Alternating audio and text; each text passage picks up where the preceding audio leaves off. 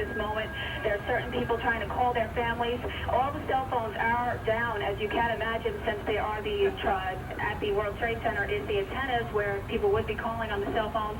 Therefore, people are lining up around the block just to use a payphone at this point. Everyone's still trying to figure out what's going on. I ran into this woman named Susan. She was supposed to be in the World Trade Center today at this very moment.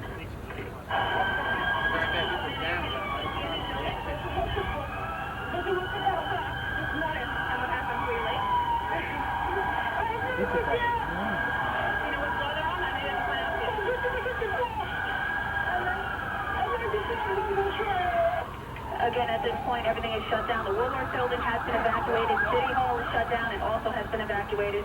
We will bring you more as soon as we have it. Eileen LaPalmer, 1010 Winds, live outside of City Hall. Okay, now we have word from Washington that the Capitol and the Treasury are being evacuated. This in addition to the White House and to the Pentagon. The Pentagon apparently having been hit by a plane this morning, not unlike the World Trade Center Twin Towers, both of which appear to have been hit by planes. The FBI looking into reports that at least one of the planes was a hijacked 767 American airliner out of Boston. No comment so far from American Airlines as regards that report. The New York Stock Exchange was evacuated. It is closed. That's probably not a bad thing, as the Dow futures were down a massive 150 points, apparently on the news of what had transpired here in New York City this morning.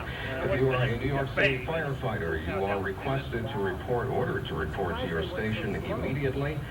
We need the help this morning with a major disaster unfolding in New York City, and the world has changed markedly in little less than an hour. When we first got word that a plane had crashed into the World Trade Center, we then saw a second plane crash into the second tower of the World Trade Center. We later got word of a plane apparently crashing into the Pentagon, word that the White House had been evacuated, now the Capitol and the Treasury also having been evacuated. What we have not heard yet They're not telling us anything about figures do they get everybody out of there, or how many people do they get people on the higher floor and there's no doubt massive loss of life there. We've been talking to various reporters, people who've been trying to get to the scene, people who have been watching it unfold from all parts of the city, because the World Trade Center obviously is visible for many, many miles, and it's hard to miss when there is smoke and a massive explosion coming out of it. The first we heard was from Clifton Cloud Executive Joan Fletcher. She was the first to call this in. Joan, you're still there? I'm here. Okay, you've been watching this on a rooftop with friends and neighbors, and how would you gauge their reaction at this point? Everyone is in shock. People can't believe what they heard or they saw.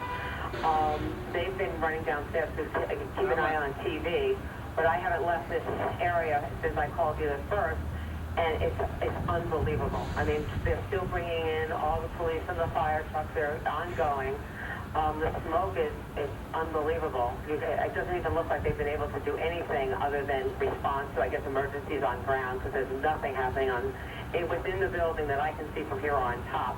They have police helicopters overhead, I think, to keep everybody else away. And the smoke is building, still heading towards Brooklyn. You can smell the smoke from here. It's coming from the entire area of both buildings.